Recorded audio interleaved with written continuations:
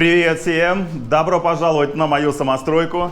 Сегодня продолжаем работу над устройством живого настоящего камина в частном загородном доме в случае, когда коробка дома уже построена. В прошлые разы залили основание, поставили топку на свое место и собрали дымоход. Сегодня давайте попробуем камин в деле. Сделаем несколько пробных протопок.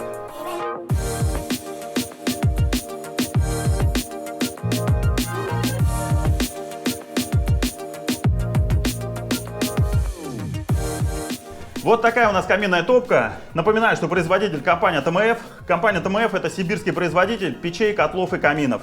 Компания ТМФ данную каминную топку производит в двух видах. Называются они Aquarius. Первый вариант с конвективными трубами. Располагаются они вот в этом месте в шахматном порядке. Проходят через топку под углом 45 градусов. И во время работы камина с задней части холодный воздух, проходя через трубы, нагревается и тем самым ускоряет процесс обогрева отапливаемого помещения. Второй вариант с теплообменником. Внутри каминной топки имеется нагревательный бак из нержавейки. То есть к данной модели каминной топки есть возможность подключения к встроенному теплообменнику радиаторов отопления и сделать полноценную систему отопления открытого типа. Данная модель каминной топки отапливает до 70 квадратных метров помещения. Имеет практически полностью прозрачную дверцу с керамическим стеклом. На лицевой части имеется система тонкой подачи кислорода, ручка шибера и ручка дверцы. Ручка дверцы с полированной поверхностью, механизм.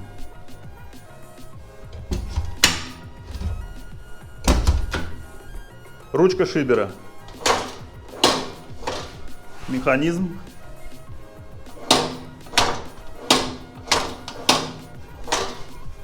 Система тонкой подачи кислорода. Начиная отапливать помещение, мы на полную открываем тонкую подачу, открываем шибер. Первые 2-3 протопки мы отапливаем помещение, после прикрываем тонкую подачу, прикрываем шибер, и уже последующая протопка идет уже с медленным горением, с тлением, то есть поддержанием температуры в помещении. На дверце уплотнитель с 3 сторон. С этой стороны не сделан для того, чтобы во время работы топки здесь поступал холодный воздух и тем самым предохранял стекло от нагара. Внутри зольный ящик выглядит вот таким образом. Через него происходит подача кислорода через вот эту систему тонкой подачи. Колосник чугунный. Бак я вам уже показывал. Ну и смотрите, ограничители для дров, это понятно, это есть везде. А что здесь интересного? Обратите внимание, что вот внутри все белого цвета. То есть нету привычного шамотного кирпича. А здесь находится, что бы вы думали, да, это перлитовые панели, друзья. Вот так вот перлит используют уже и в каминных топках. У перлита очень высокая температура плавления, больше 1000 градусов, поэтому его используют вот в качестве огнеупорного материала в альтернативу шамотному кирпичу. Он вот такого вот, необычного для каминов белого цвета. Шамотный кирпич, он обычно желтый, он вот такой вот беленький, и гораздо легче шамотного кирпича, что облегчает всю конструкцию камина.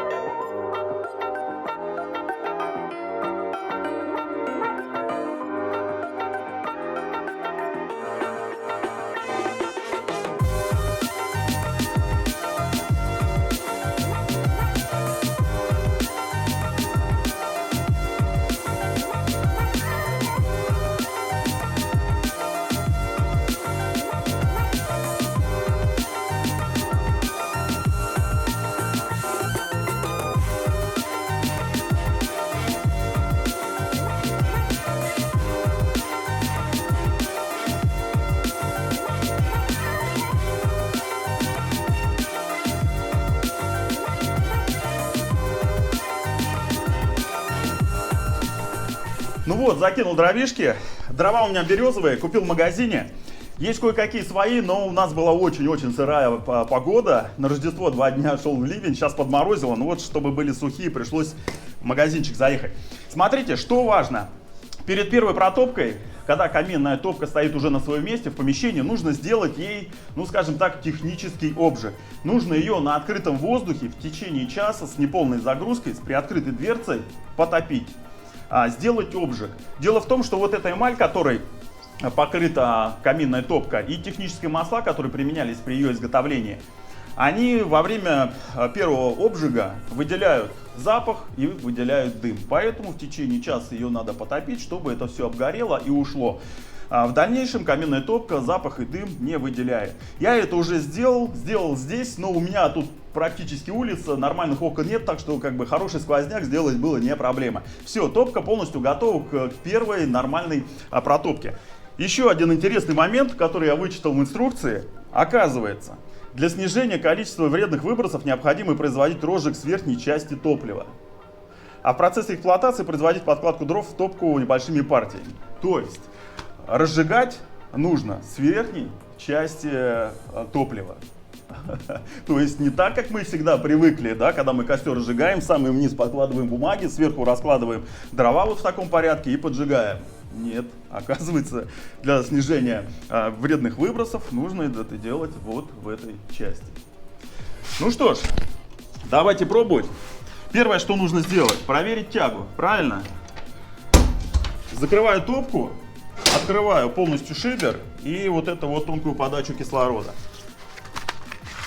Сейчас посмотрим, что я здесь наваял и работает ли это все. Так, спички горят.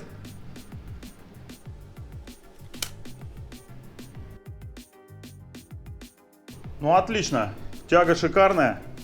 Давайте поджигать.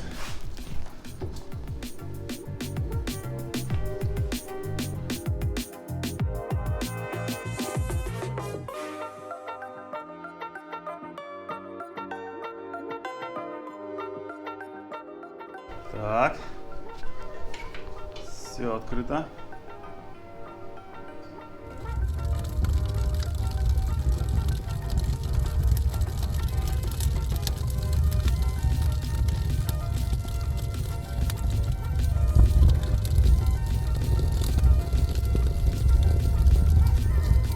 Ну что, пошло потихонечку, разгорается. Что там, дым из трубы пошел? Ну, конечно, пошел. Здесь-то его нету. Ну, отлично, пусть разгорается.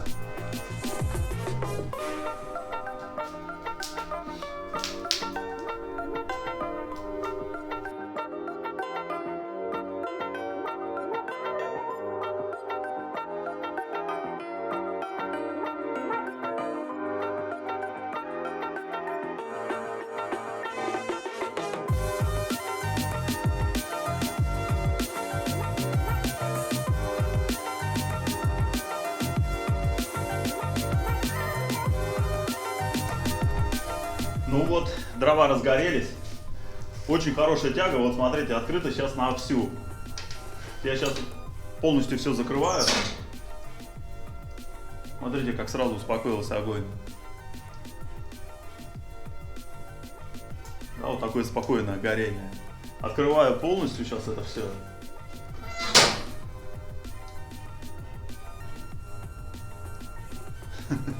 И он сразу начинает гореть, как будто как в топке паровоза прям. Разгорается очень быстро при полностью открытых задвижках.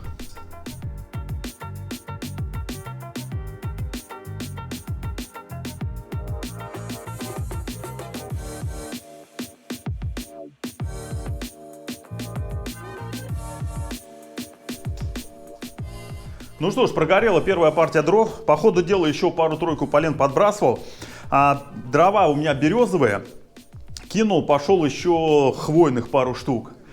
Дело в том, что не слышал треска. Думаю, неужели из-за стекла, не слышно треска дров. Оказывается, березовые практически не трещат. Кинул хвойные, тогда дело сразу пошло. Смотрите, труба. стала какая-то фиолетово-синяя. Ну, это то, что я вам говорил, да, вот первый метр трубы, самой высокой температуры, вот такого цвета она стала. Выше уже нету такого. Ну, а наверху, получается, где-то час я протапливал. Сэндвич вот тепленький. Рука свободно держит. Прям такой приятный даже на ощупь тепленький сэндвич. То есть сильно он не нагревается. Там внизу, конечно, вот этот вот кусок. Здесь очень высокая температура, трогать даже не буду. То есть в этом месте обязательно, ну, должно будет мне потом при внутренней отделке что-то сделать, на вроде сэндвича, обвернуть утеплителем или и какой-то фольгой вот этот вот участок. А здесь, ну, прям замечательно. То есть получается, что сейчас вот наверху, вот в этом месте, про которое я вам в прошлый раз показывал, труба проходит близко к маурлату. Здесь подрезать, вот как вы мне и писали в комментариях, ничего не придется подрезать. Смотрите, вот я рукой свободно держу.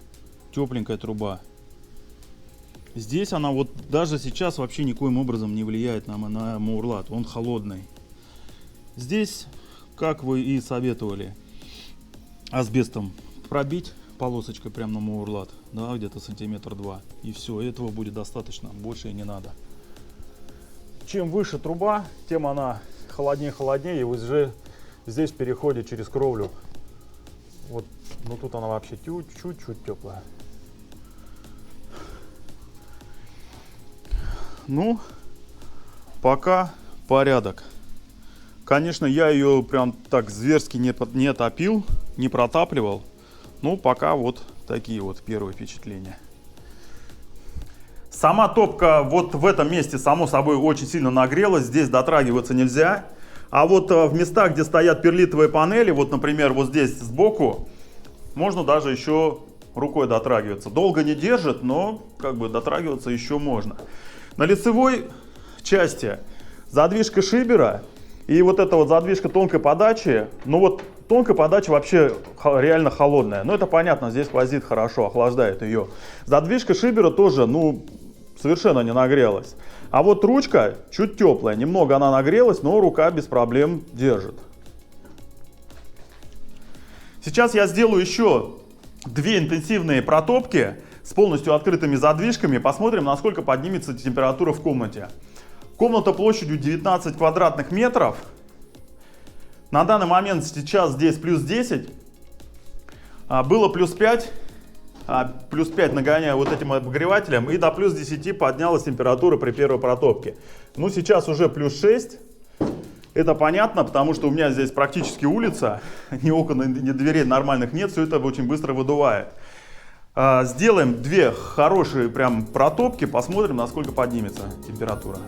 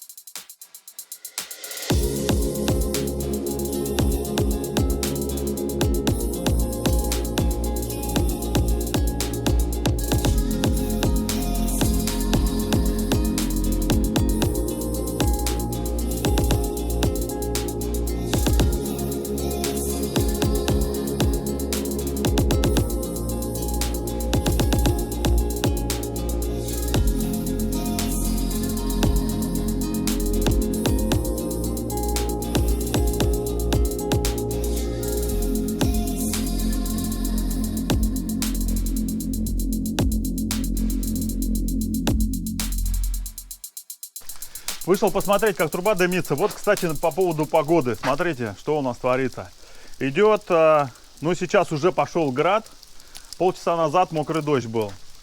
Смотрите, что у меня на фасаде творится. Вот первое испытание для кирпича облицовочного, особенно вот для этого места, да, для перехода. Смотрите, видно, да, как он блестит. Он покрыт прям коркой льда полностью. Смотрите. Вот здесь видно, не попало. И вот здесь вот, да. Здесь вот видите, да, кирпич заходит один на другой. Вот это такое место. Ну, я старался сделать, чтобы было качественно. Но посмотрим. Если это получилось не очень качественно, то, возможно, вот эти вот, вот эти вот куски могут отстреливать, если туда будет попадать влага. Но не должна. Смотрите, видите, что творится? Здесь я закрыл. Дождь, когда падает, намокает самый кирпич облицовочный. Где-то на полметра вверх. То есть, кстати, вот смотрите, частенько спрашивают, зачем высокий цоколь делают. Вот как, ну, то есть выше 30 сантиметров. В моем случае здесь сейчас 45-50, ну, вместе с бордюром 50 получается. Вот когда идет дождь, а облицовочный кирпич в этом месте весь сухой.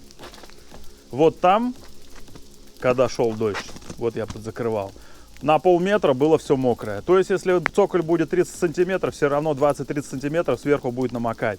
А в случае, когда там до где-то, ну вот как у меня, да, 45-50, а может быть и 60 делают, то это гарантия стопроцентная, что кирпич не будет намокать. Если летом это еще не так страшно, а вот зимой, вот как сейчас, смотрите, да, температура, шел ледяной дождь, то есть весь кирпич покрыт коркой льда. Если это будет происходить постоянно, из года в год, по несколько раз в сезон, да, вот в этом месте в цоколе, то там он внизу, естественно, через несколько лет начнет разрушаться, отстреливать, да, вот эту свою лицевую часть. Смотрите, дверь вся во льду.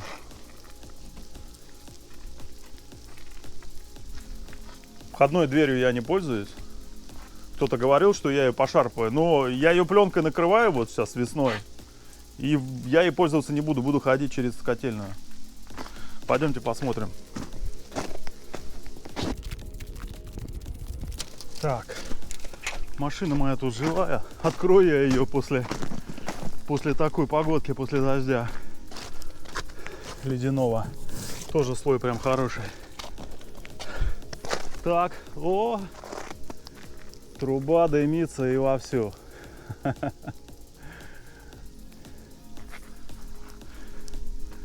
Ну что ж, друзья, с дымящей трубой дом прям ожил, можно сказать, да? Совсем другой вид, смотрите. В другую сторону дымит, но видно, да? Все равно идет дымок. Сейчас мы с другой стороны зайдем, глянем.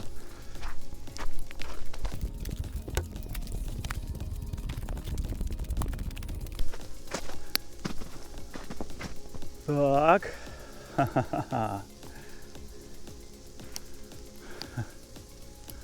Ну все, пошла жара.